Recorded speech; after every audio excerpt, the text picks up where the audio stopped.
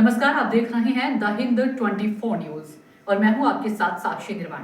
आइए नजर डालते हैं आज की कुछ बड़ी खबरों की ओर। सूरत की लिंबायत विधानसभा की विधायक संगीता पाटिल के खिलाफ चुनाव आयोग के नियमों का उल्लंघन करने के आरोप में कलेक्टर के समक्ष औपचारिक शिकायत दर्ज की गई है।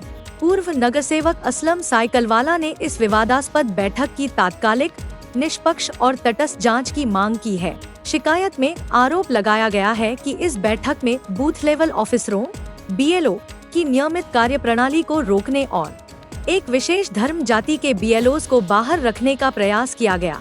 शिकायत के अनुसार यह बैठक 13 नवंबर को सुबह 10 बजे से दोपहर 1 बजे तक यानी कुल 3 घंटे पर्वत पाटिया स्थित आई माता सर्कल के महेश्वरी लक्सुरिया हॉल में आयोजित की गई थी। राजनीतिक बैनर के तहत यह बैठक खुलेआम भाजपा के बैनर तले आयोजित की गई थी। इसमें विधायक संगीता पाटिल के साथ स्थानीय अन्य निर्वाचित प्रतिनिधि, शिक्षा समिति के सदस्य और स्थानीय भाजपा संगठन के प्रमुख शामिल थे।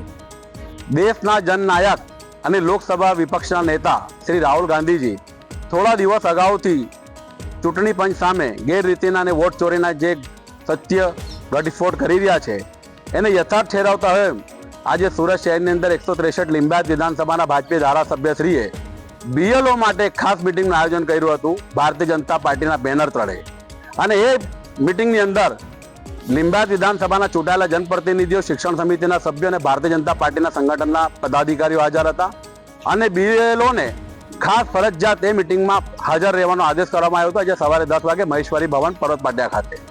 દુઃખ એ બાબતનું છે કે લિંબાયત વિધાનસભાની અંદર કુલ 265 બૂથો આવેલા છે। આપ જોઈ શકો છો કે આ 565 બૂથ એટલે 265 BLO છે ટોટલ, પરંતુ આ મિટિંગની અંદર માત્ર 150 બૂથના BLOને બોલાવવામાં આવ્યા।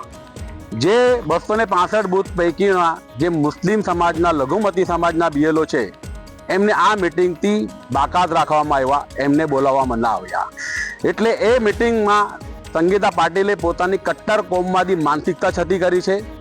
એક તરફ મોદી સાહેબ કહે છે કે સબકા સાથ સબકા વિકાસ, પરંતુ આ ધારાસભ્ય શ્રીમતી મુસ્લિમ વિરોધી માનસિકતા ધરાવે છે એ આજે એમને ફરીથી દર્શાવી દીધું છે અને મુસ્લિમ BLOને આમાં ના બોલાવ્યા। માત્ર અન્ય સમાજના જે એમના ક્રીમ બૂથના BLO હતા એમને બોલાવ્યા। મિટિંગ જ ગેરરીતિની હતી, ખોટી રીતે બોલાવવામાં આવી હતી। કલેક્ટરશ્રી, ચૂંટણી અધિકારીશ્રીને કોઈની જાણ ન હતી અને એ જાણ મને જ્યારે થઈ તો મારા દ્વારા આજે સવારે 10:30 કલાકે કલેક્ટરશ્રી, મુખ્ય ચૂંટણી અધિકારી જે છે ડૉક્ટર સૌરભ પારગીજી, એમને ટેલિફોનિક જાણ કરવામાં આવી, એમને માહિતી આપવામાં આવી।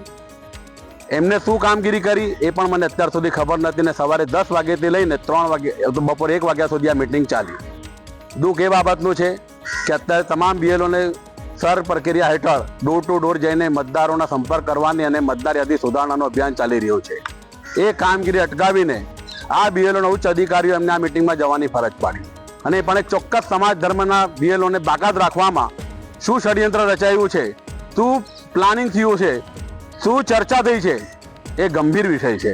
એ બાબતની તપાસ તટસ્થ અને નિષ્પક્ષ રીતે થવી જ જોઈએ અને મારું ચોક્કસપણે માનવું છે કે લિંબાયત વિધાનસભા એક એવી વિધાનસભા છે કે જેની અંદર રાજસ્થાની સમાજ, મહારાષ્ટ્રીયન સમાજ અને ઉત્તર ગુજરાત જિલ્લાના મતદારો, ઘણા એવા મતદારો છે કે જેમને 163 લિંબાયત વિધાનસભામાં પણ નામ નોંધાયેલ છે અને અન્ય વિધાનસભામાં પણ નામ નોંધાયેલ છે। ધારાસભ્યશ્રીએ ચોક્કસપણે BLO શ્રીઓને આદેશ કર્યો છે। મારી એની પ્રબળ શક્યતા છે કે તમે આ મતદારોના નામ ન કપાય એનું ખાસ ધ્યાન રાખજો, એની ખાસ કાળજી રાખજો। એટલે ચૂંટણી કમિશન પર જે આક્ષેપો થાય છે ગેરરીતિના, વોટ ચોરીના, ભારતીય જનતા પાર્ટી સાથે મળીને એ આજે સત્ય સાબિત થઈ રહ્યું છે અને આપ જોઈ શકો છો કે જે એમને ધારાસભ્યશ્રીએ જે BLOને બોલાવ્યા છે એ આ યાદી છે। જે યાદી શિક્ષણ સમિતિના ચેરમેનશ્રીએ આચાર્યશ્રીઓના ગ્રુપમાં મોકલી હતી, ઈમેલ દ્વારા કે ગ્રુપમાં WhatsApp દ્વારા, અને એમાં માત્ર 150 જેટલા જ બૂથના BLOને બોલાવ્યા હતા। એમાં એક પણ મુસ્લિમ સમાજના BLOને બોલાવીને મુસ્લિમ સમાજ સાથે અન્યાય કરવાનું પણ ષડયંત્ર રચ્યું હશે એવી પ્રબળ શક્યતા હોવી જોઈએ।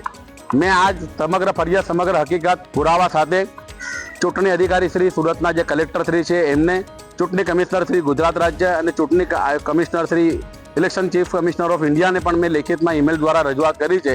આપણે એટલી જ વિનંતી કરીએ છીએ કે સર પ્રક્રિયા હેઠળ તટસ્થ અને નિષ્પક્ષ રીતે કામગીરી થવી જોઈએ, પરંતુ ક્યાંક આ બાબતમાં આવી ગંભીર બાબતમાં પણ તંત્ર દ્વારા કોઈ કાર્યવાહી કરવામાં નહીં આવશે તો ચોક્કસ સ્વીકારવું પડશે કે ભારતીય જનતા પાર્ટી સાથે મળીને ઇલેક્શન કમિશન ઓફ ઇન્ડિયા કે ચૂંટણી પંચના તમામ જે ઉચ્ચ અધિકારીઓ છે એ ભેગા થઈને ગેરરીતિઓ કરવામાં કે વોટ ચોરી કરવામાં પાછા પડતા નથી અને એકબીજાના સહકારથી, એકબીજાના સંકલનથી, એકબીજાના સુમેળભર્યા સંબંધોથી વોટ ચોરી સતત કરી રહ્યા છે અને લોકશાહીને સંવિધાનનું ભંગ કરી રહ્યા છે. देखते रहिए द हिंद 24 न्यूज.